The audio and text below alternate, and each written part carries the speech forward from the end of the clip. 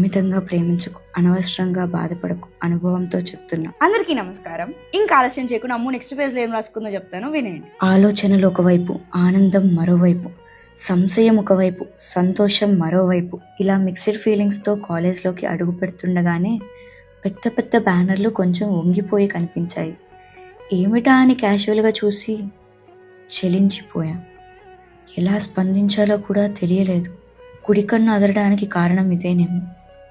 అదృష్టం ఎప్పుడు అడుగు దూరమే అనుకునే నాకు అడుగేం కర్మ, అందరాని ఆకాశమే అంటూ అర్థమయ్యేలా చేసింది. మీకు అక్కకి పెళ్ళంటూ వేసిన బ్యానర్. వాట్? అక్కకి స్వామికి పెళ్ళ? ట్విస్ట్ ఏదో ఒకటి ఉంటుందని ప్రిపేర్ అయ్యే ఉన్నాను, కానీ ఇంతటి దారుణాన్ని మాత్రం అసలు ఎక్స్పెక్ట్ చేయలేదు. ఆల్రెడీ 5 days అయిపోయింది కూడా, నాకు తెలియనే లేదు.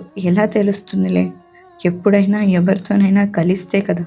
కాలేజ్, ఇల్లు, కనీసం ఈ కబురు కనబడనంత, చేరలేనంత చీకట్లో ఉన్నానా అనిపించింది. అయినా ఇంత షార్ట్ పీరియడ్లో ఇలా ఎలా జరిగిందా అని ఆలోచిస్తూ క్లాస్లోకి వచ్చి నా బెంచ్లో కూర్చున్నా. కన్నీళ్లతో నిండిన నా కళ్ళను దాచడానికి తలదించుకోగానే అలా ఏవో అక్షరాలు బెంచ్పై కనిపించాయి. కళ్ళ నిండా నీళ్లు, స్పష్టంగా కనిపించట్లేదు. కళ్ళు తుడుచుకొని చూస్తే, అమితంగా ప్రేమించకు, అనవసరంగా బాధపడకు, అనుభవంతో చెప్తున్నా, ఆకాశ రామన్న అని రాసుంది. క్లాస్లో వాళ్ళని అడిగాను, ఎవరు రాశారు అని.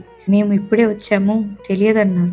ఎవరు రాశారో తెలియకున్నా నా కోసమే రాశారని మాత్రం తెలుస్తుంది. కోరి కోరి జరగాలని రాసుకున్న రాతలన్నీ చెరిగిపోయి, జరగకపోతే అని రాసుకున్నట్లే నా చేతిలో లేని గీతలు నేను రాసుకుంటున్న రాతలుగా, నేను రాలిపోయి రాతిపై నా పేరు రాయబడే వరకు కటిక చీకట్లో సైతం కంటికి కానరాకున్న క్షణం కూడా వీడని నీడల నాలోనే, నాతోనే దాచేసుకుంటా.